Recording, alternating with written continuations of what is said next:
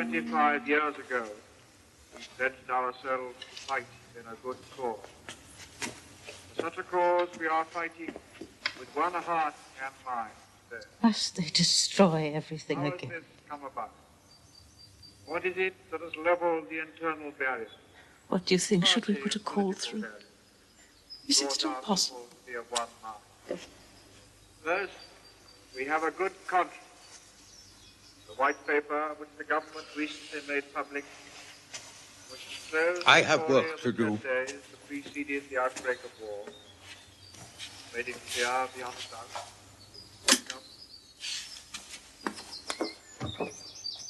The book by Errol Lachey. Which book is that? Essays in Egyptology. Big blue book. I had it right here. I don't think we brought it. I was reading it today. I'll ask Paula. Paula? Paula, the house... I know who Paula is! Don't treat me like an idiot! What does Paula know about my book?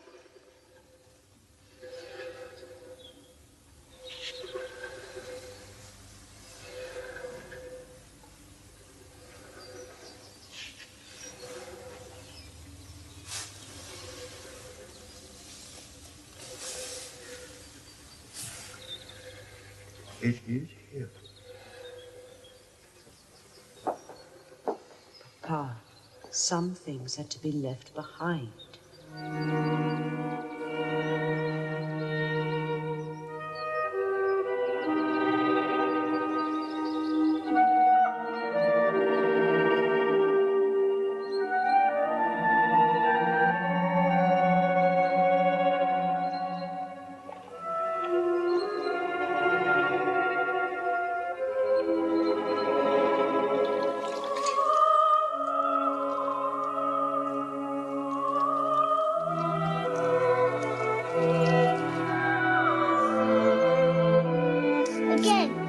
That's him now. What's this? Tomorrow, I'm going to know a tit shine with Papa. I'll be fine. And that's why we say our prayers. We go to confession, my little black and because when we go to judgment, the ones who've never repented, the ones who've done evil in their lives, they can go to hell. And the devils tie them down and brand their bodies with hot irons for 1,000 years, and then another 1,000, and another. The pain, the smell of burning, and the thirst. Thousand years, and another 1,000. Would you like to come with me to church? Come with me. Because when you die, my little black moon,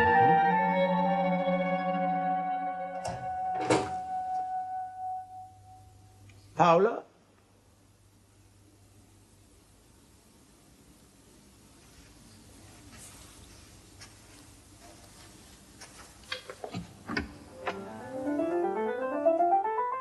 You might at least have the good manners to close the door.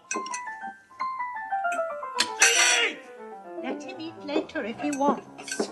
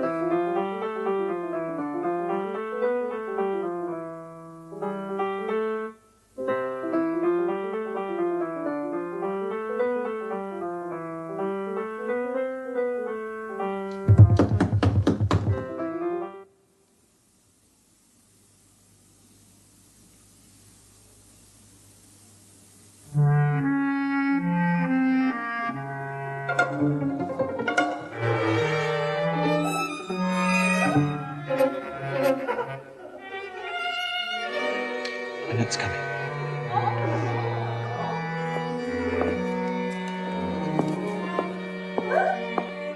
It's not enough you don't speak to us anymore, let alone eat with us.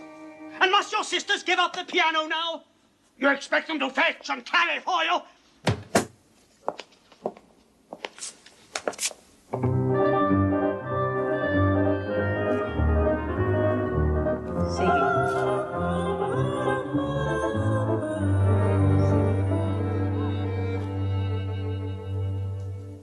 I came to see if you were working. We're in the garden.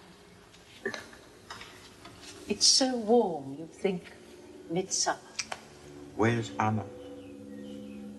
Why are you so angry with us these last few days? I'm not angry. You know what Minna says.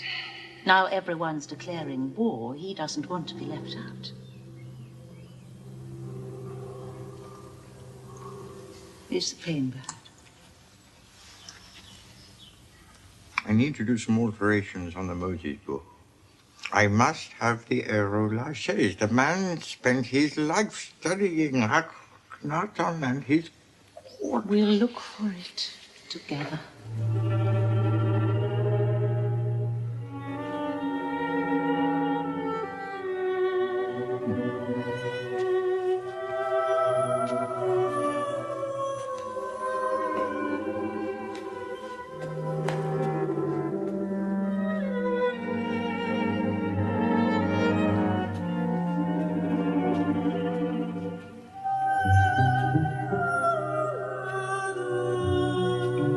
Lucky man to be a harmless archaeologist. If I had my life over again, I'd give up all this spade work, leave it to others, and devote myself to a new science, to the world of psychic phenomena. What do you think? Is it a science? I don't deny the value of the work, but the evidence on which it is based is personal testimony, guesswork. Clinical observation. Of course, but with a definite and limited field, you make of it a medical philosophy. A scientist doesn't take a handful of insights and weave them into a hair shirt for the whole of humanity. You say it's your experience that confirms your... It's not a scientist's attitude. On that principle, this book might as well be a gigantic novel. Perhaps I shall live to see the day when Newton is reproached for his theory of gravity because the apple fell on his head, not on someone else's. But the theory of gravity is a fact. What you've got here is a mythology. In the true sense, a universal story.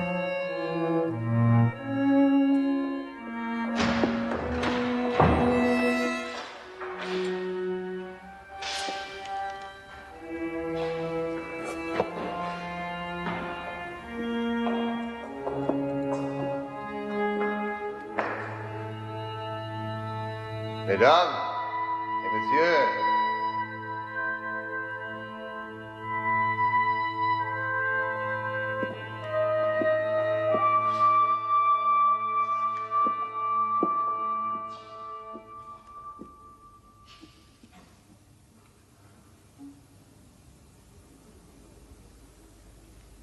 an unusual place to take lunch. Or are you still here from this morning? Come.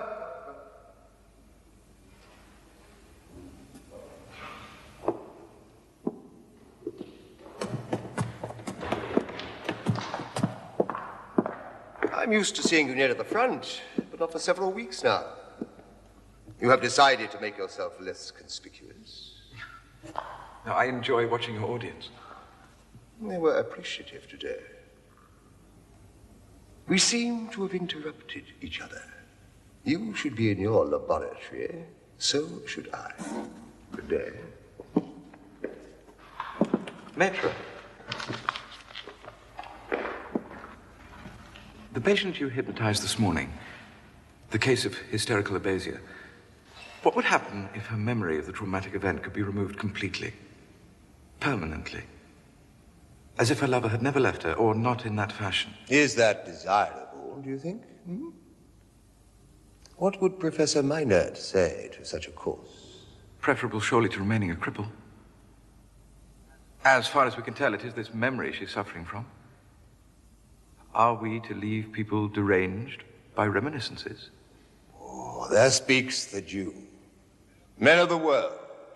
To look at, not in the height of fashion, perhaps, but men of reason, practical, bloodthirstily intellectual. And underneath this plausible disguise, dreamers, riven with guilt, fleeing from what? Why so eager to eradicate the past? To want to make this girl a wandering Jewess? Oh, yeah. You can make her forget. What is more important?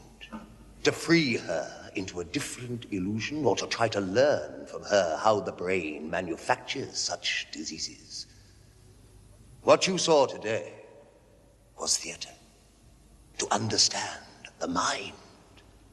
We must wait for the biologists to tell us. Back to your microscope. Why? Is it so tedious?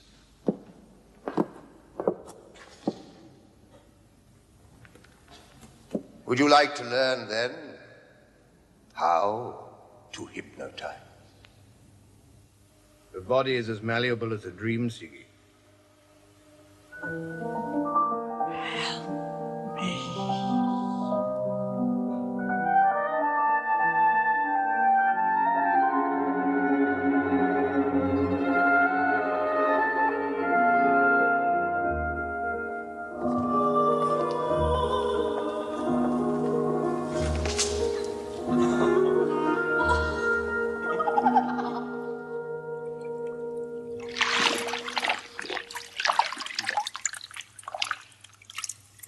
Alza Strata, number 51. Take my tip. 23 and 28.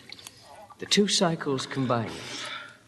Do you find it recurring often in your life? Could be a premonition. Learn to handle women. That makes sure. The doctor knows one little place to cure. A bedside manner sets their heart at ease, and then they're yours for treatment as you please.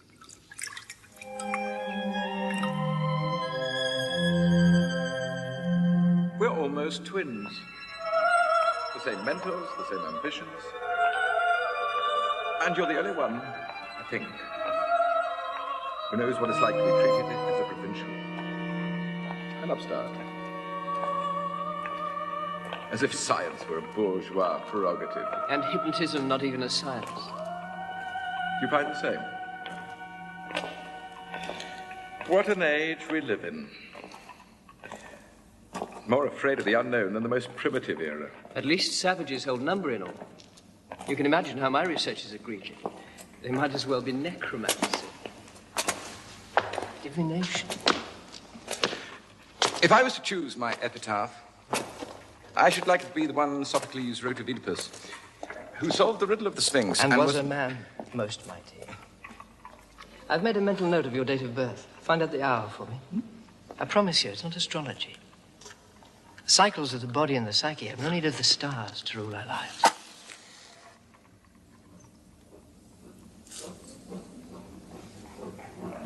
Are your parents devout? Yes. Thoroughly devout.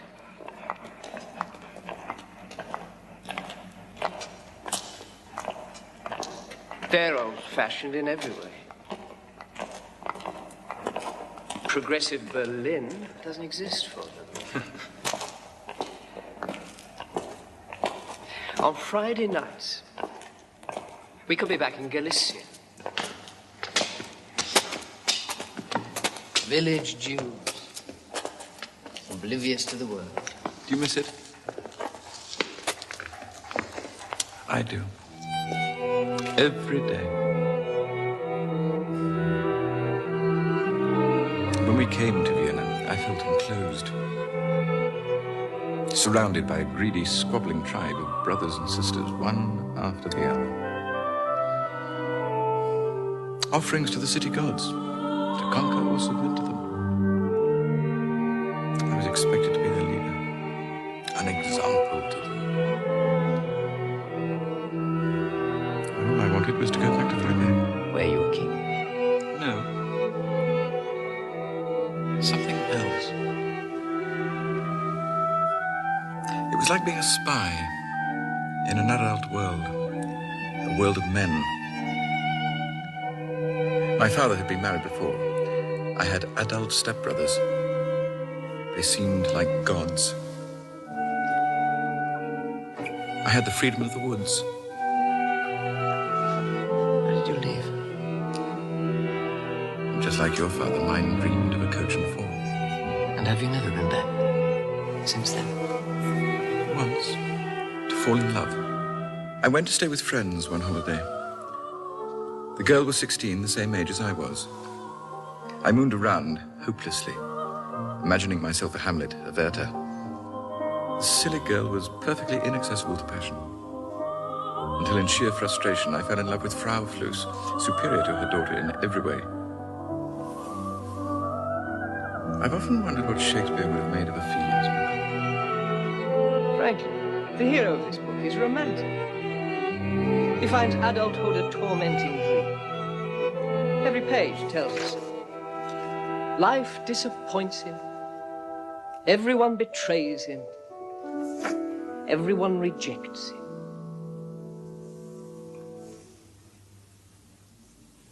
Professor Miner?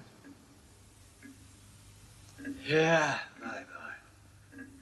Over here.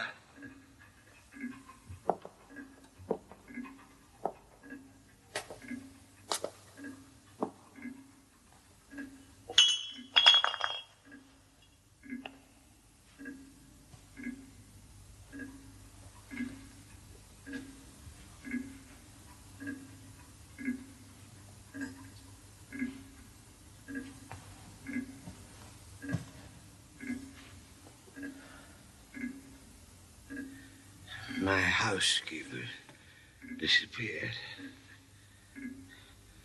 I'll give you her address.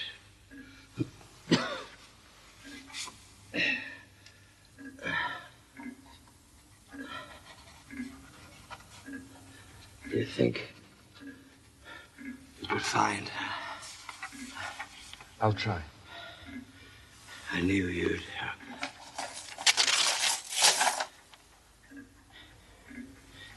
You see this? I can't feel a thing.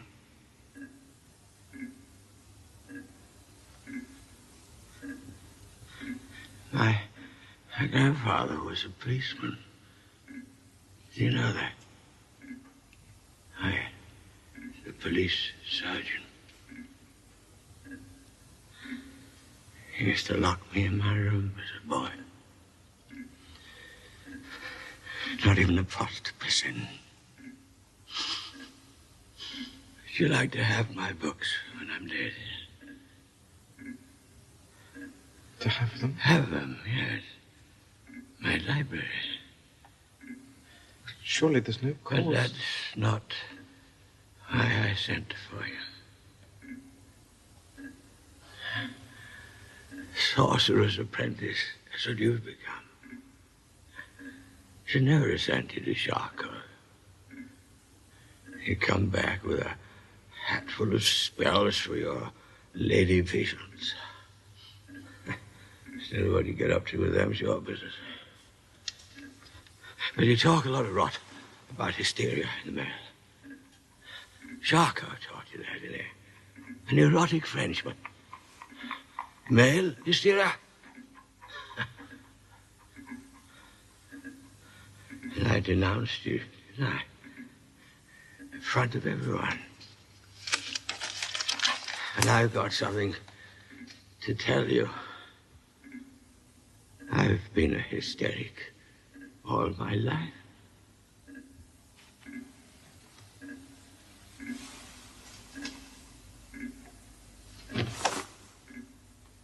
What have you got to say to that?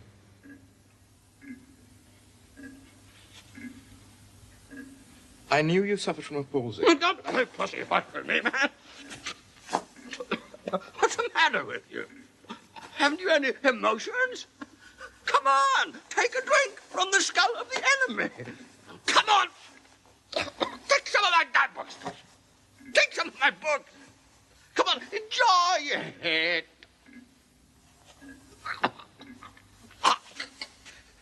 I became a criminal at 12.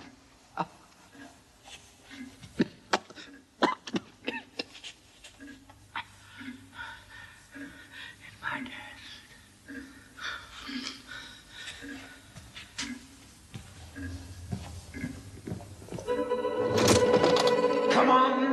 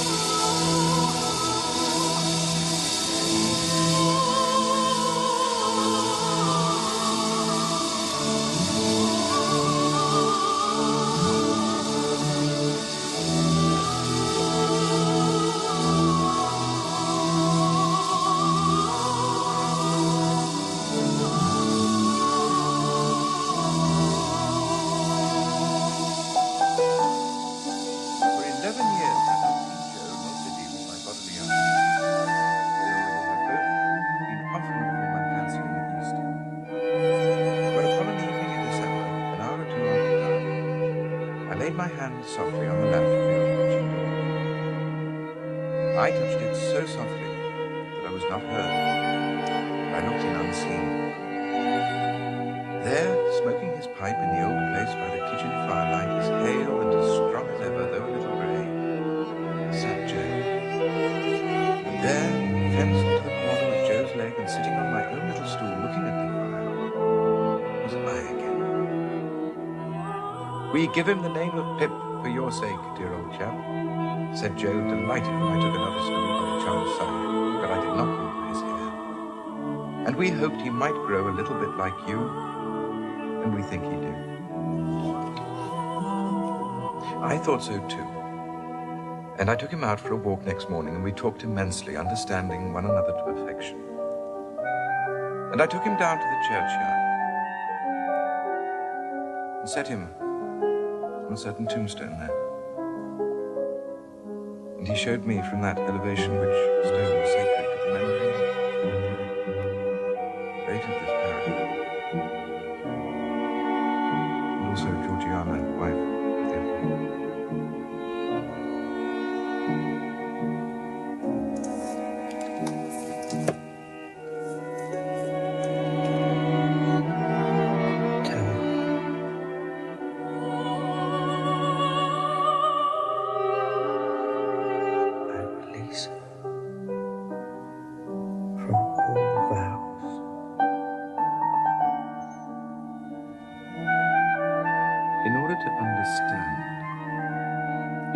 rid yourself of the confused emotions which haunt your adult life, you must go further back to a time when your very presence threatened to destroy your parents' love, and when your demands made a lover of one and an enemy of the other.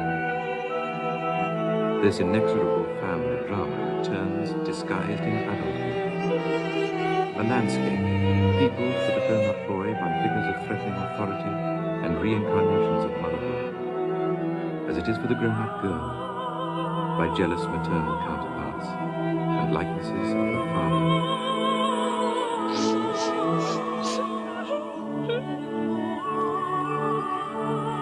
A landscape of ghosts.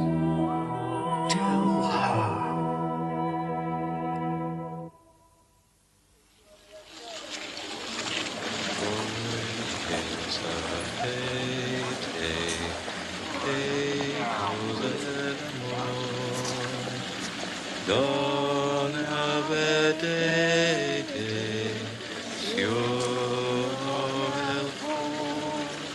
The past. That great excuse. No wonder your patients are grateful. They learn to attribute all their ailments to some long-lost experience, only too glad to be distracted from who and what they are, from what they could be if they weren't at the mercy of their childhood. You don't want to cure them. You said so yourself. It's not the cure that counts, but knowledge and submission. How could they hope to change? Imprisoned by the monstrous, unalterable past. It's just the opposite. You understood that once. Ah, the patient is free when he knows he cannot change. You think I should lie to them to win their trust? Lie to them? Not when they prefer your bitter pill of truth. You call it adjusting to the facts. You tell them the decisive events of their lives are over, gone. It's all too late. What's left is civilized despair. The beast must be tamed. The human animal chained to his daily round to smile and work and suffer for his sins unto the 7th generation. That's why you hate religion so. 7 generations aren't enough for you. The very thought of joyous aspiration must be checked before it leads to chaos, social anarchy. Pleasure. That must be taken secretly, tiptoeing back into the garden of childhood desires. The well-tempered neurotic. In one respect, you're right. Neurosis is not a thing to cure. It cures us. It is nature's attempt to heal through fantasy. But you think a happy person never fantasizes, only an unhappy one. There speaks the introvert, the narcissist. Dreams can be wholesome, joyous, and creative. Poor man, how could you understand? You think everyone is a pampered child who needs to be woken to his fate. Well, that's your vision of your own life, not mine. And what I find repellent is the way you glorify this lonely, tragic destiny. The sacrifice of instinct in a higher social cause, while seizing whatever guilty pleasures come your way, ruthlessly. The very essence of civilized behavior, to be a conformist in public, a moralist in print, and in private, a cynic, an adulterer. Your ideas I find really pitiful, but your hypocrisy disgusts me.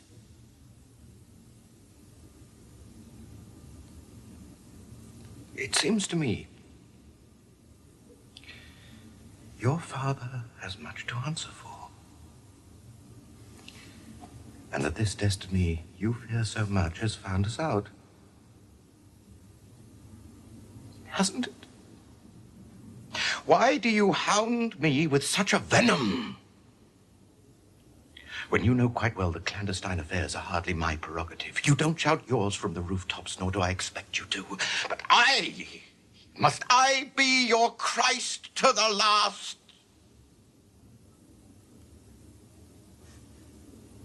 If I'm wrong, enlighten me.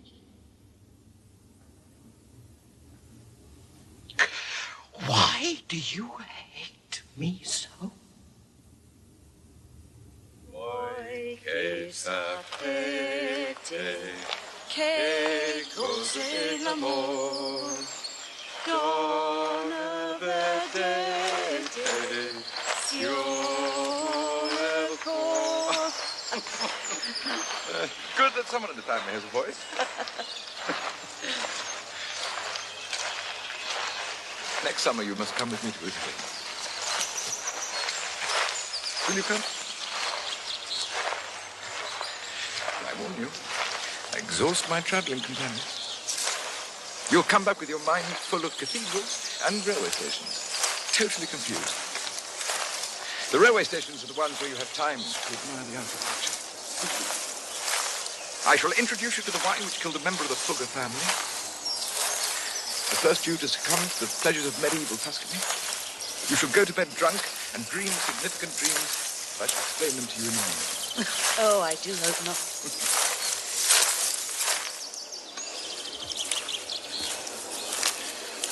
Is it hard to be an analyst's daughter? To be your daughter. I've begun to realize how hard that is. No, it's not hard. In time, you'll be an analyst. You'll probably marry an analyst. I could have told you that when you were 12. Of all my children, you're the only one who's gifted in that direction. Naturally gifted. That makes it even harder. No, you'll see it makes it easier. Or it will be, when I've analyzed you. Is that permitted? Permitted? It's inevitable. And better taken by the horns. Don't you think every conversation we have, you and I, is a kind of analysis? Every encounter between father and child, husband and wife, however clumsy and brutal, it's always an adventure of self-revelation or self-deception. And analysis is no more than a conversation, an honest one, between enlightened friends. Don't you believe me? Are you afraid?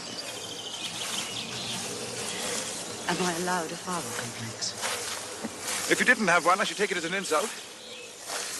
And you have a great advantage. I don't take it personally.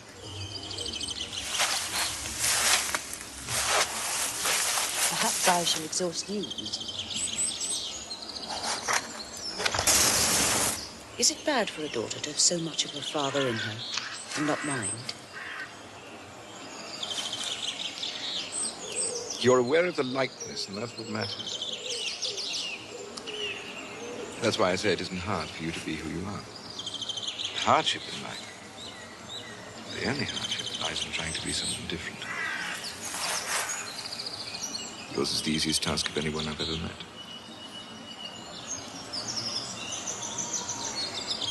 I wish we could be like this forever.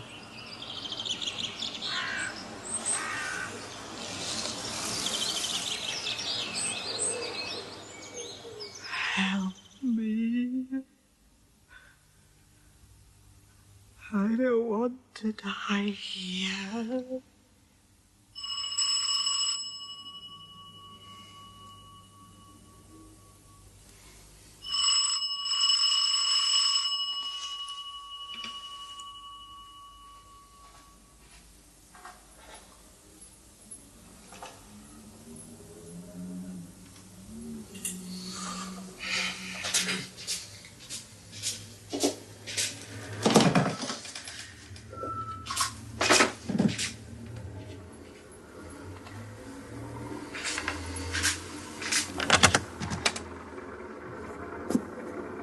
Professor Sig. It's short for Sigmund.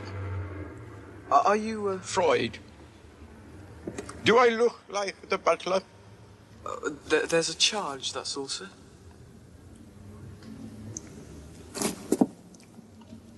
You want money? Just 4 shillings, if you please, sir. Can you wait?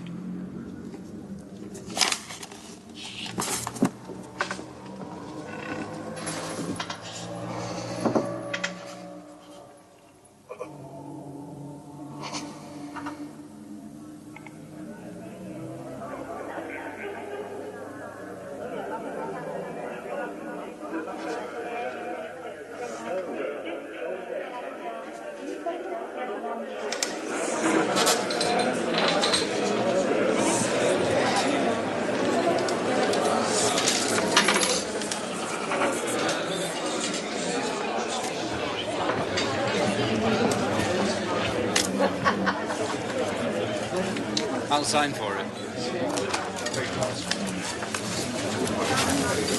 Princes never carry money.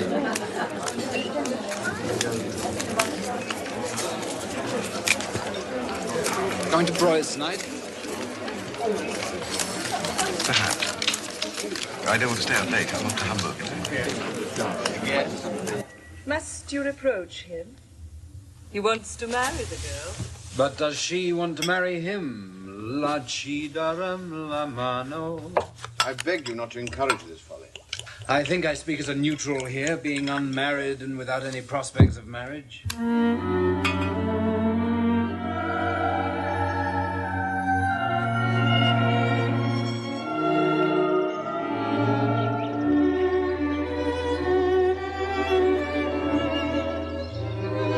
I'm quite well, thank you.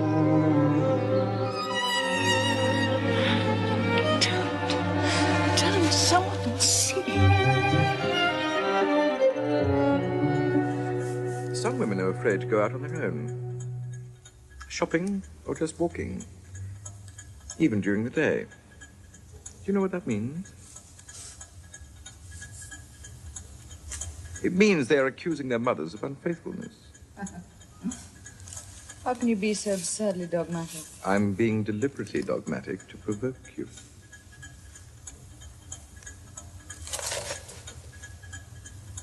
So, let me explain. The strangers she meets on the street... The reason why women do not go out alone is that they are ashamed.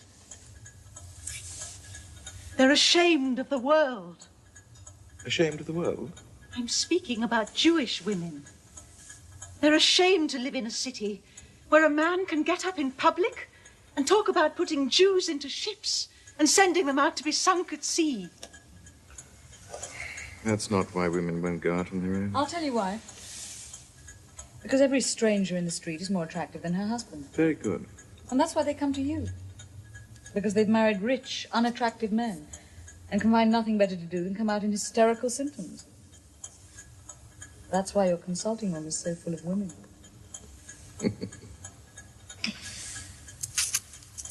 There's another reason.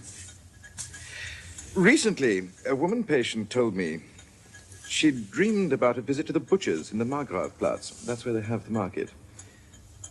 The meat market, she called it. But it was shut in her dream.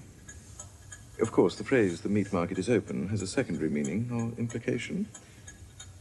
Naturally, I did not oblige her. My meat market remained shut. In other words, women come to me in order to retrieve the penis they've found so distressingly missing in childhood.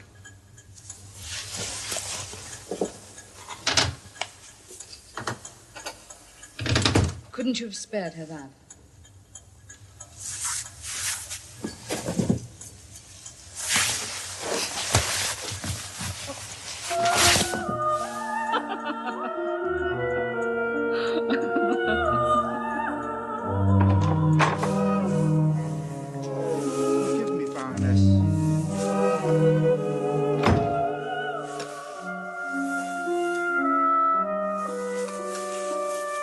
I've never met a creature so afraid of his own heart.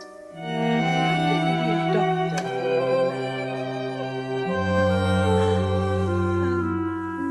Can't you see how feminine?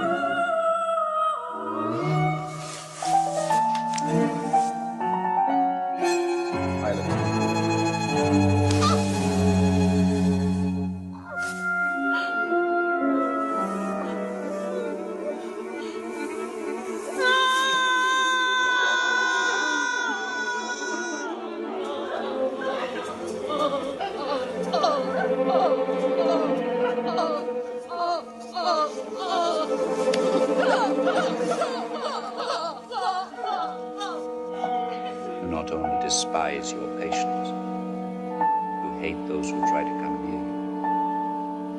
Why?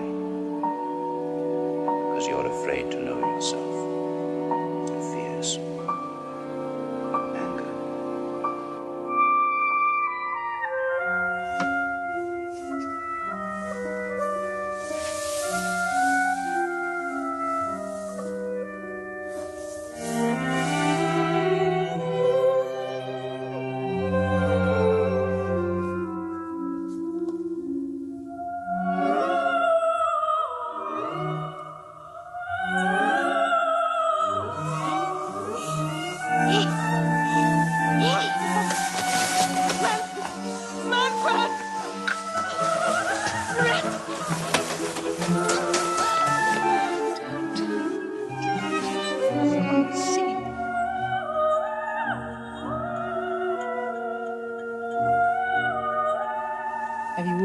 so dependent on people.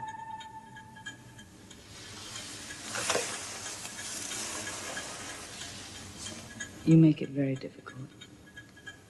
The way you stare at me in the house. In the corridors. At meal times. I know your secret. Au revoir.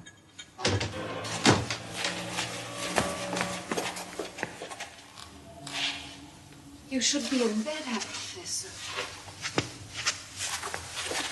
I've paid. Now, please.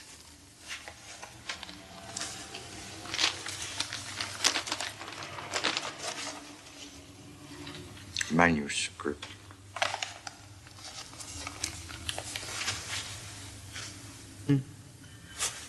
When I was 19, here in England, I decided to call myself Sigmund. Sigismund is a stupid name.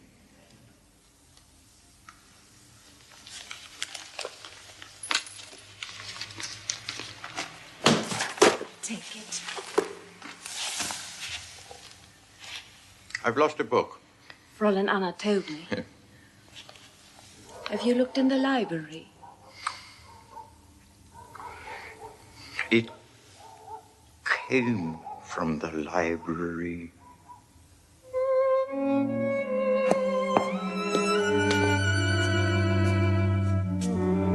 Where are my books? Papa, don't you remember? You donated them to the Institute in Zurich. Fräulein Freud. Your brother Martin has smuggled them into Switzerland. Illegally. They must return to their proper owners. Their proper owners? These are my books. Which you will not be taking with you. They are to return to your publishers, to the Verlag, to be destroyed. This is perfectly ridiculous. The Verlag know my wishes. We own the Verlag, Herr Freud. I understand you owe your publishers 32,000 shillings. Please sign here. Once you have paid, you may leave Austria. I owe them nothing! Are you aware that your men have ransacked this apartment and broken into the safe? They have stolen our money, 6,000 shilling, our entire savings. Sign the paper.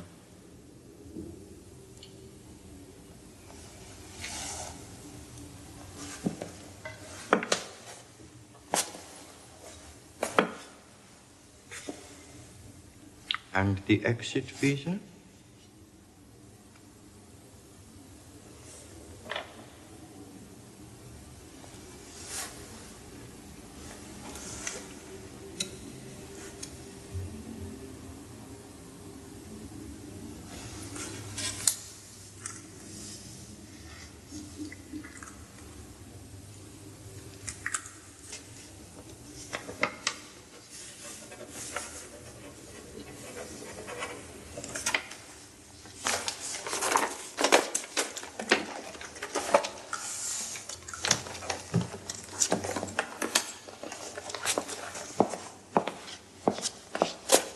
Hitler. I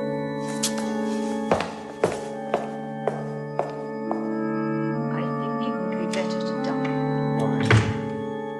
Because they want us to.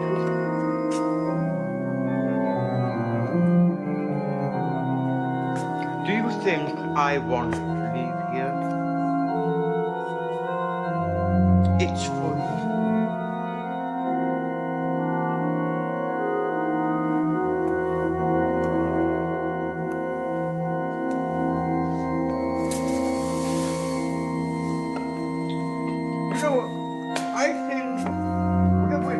A certain improvement in human affairs. They burned my books once they would have burned me.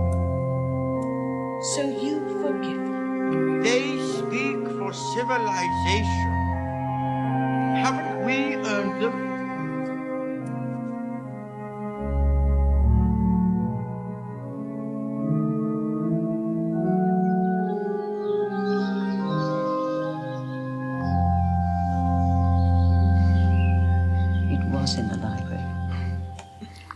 have sworn on oath that we'd solve it.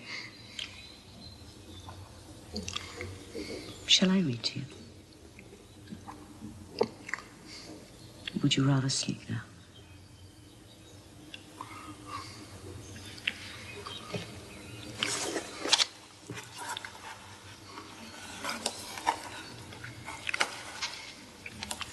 Is this the place? Akhenaton and the court?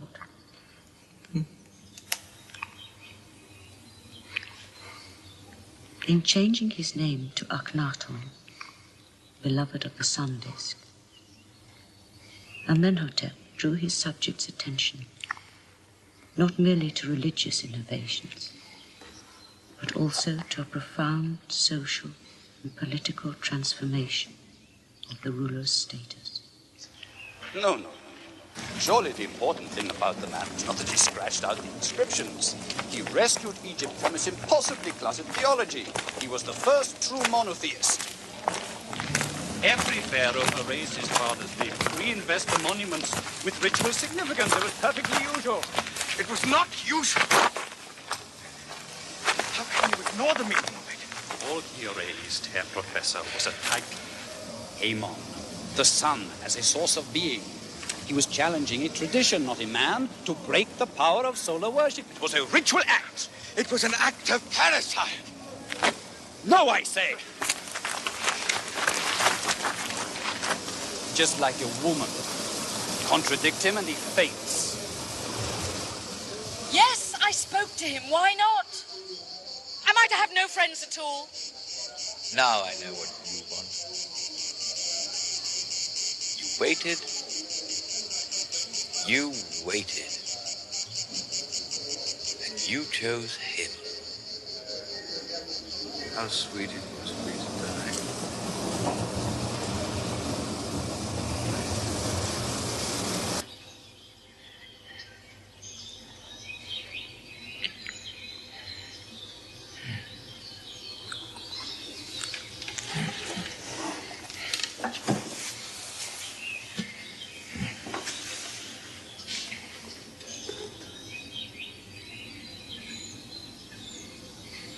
I'll leave this here. Take it.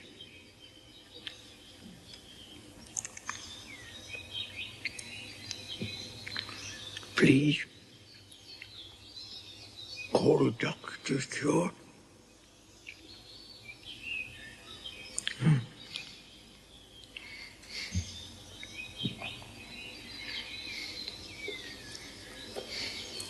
To be so old and still afraid. Did you know Johannes Merck, the founder of this treasure house, was Goethe's model for Mephisto?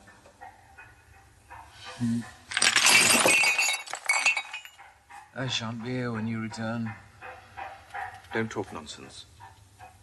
You know it as well as I do. There have been days when I hoped you would understand and not force me to suffer longer than was necessary. Perhaps as well today as any other day. No.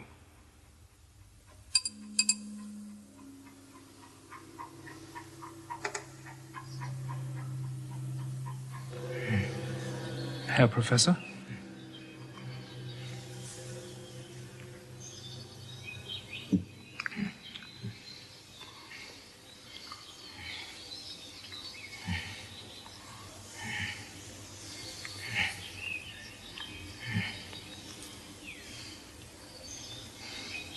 Morphine, 2 centigrams.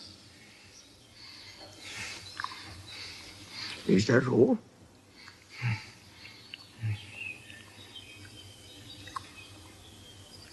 Thank you. I knew you wouldn't fail me.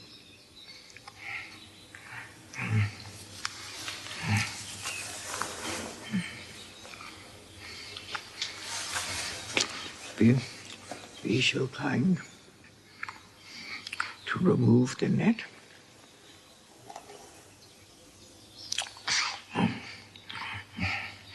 flies can have their victim now. 1 moment.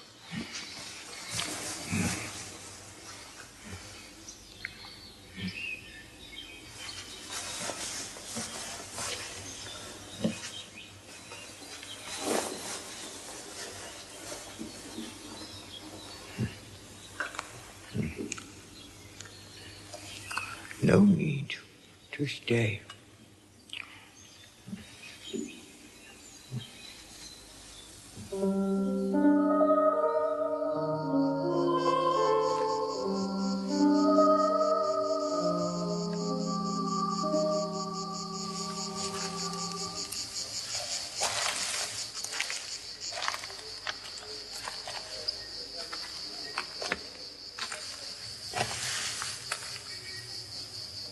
Well, then? It seems a shabby sort of place to me. As it did to them, no doubt. But it's still here. The fountainhead. Proud as I am to introduce our speaker here today, I am no less glad of the opportunity to recall my own student days under Professor Miner of Vienna. I remember well how at the same laboratory bench there were 4 men working together. My dear friend Alan Starr of Columbia University, and from Lady Ohio, myself, and a 4th man. Somehow, I forget his name, who he was, this 4th man.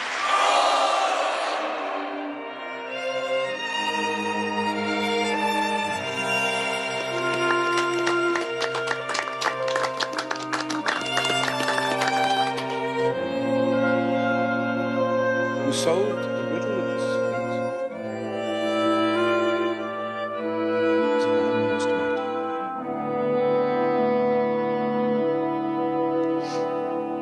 Thank you.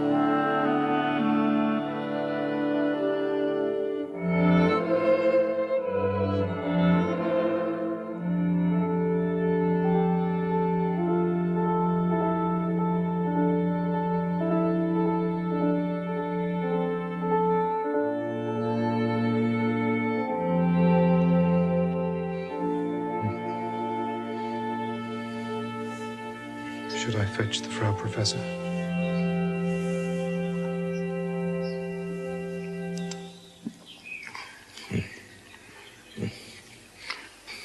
Tell Anna about our two. Frightened all my life. And now it is easy.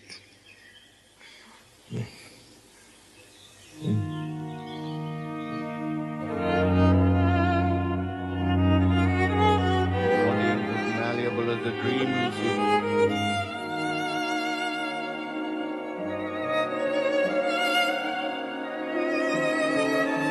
That's what we're made of. See? Nothing but earth.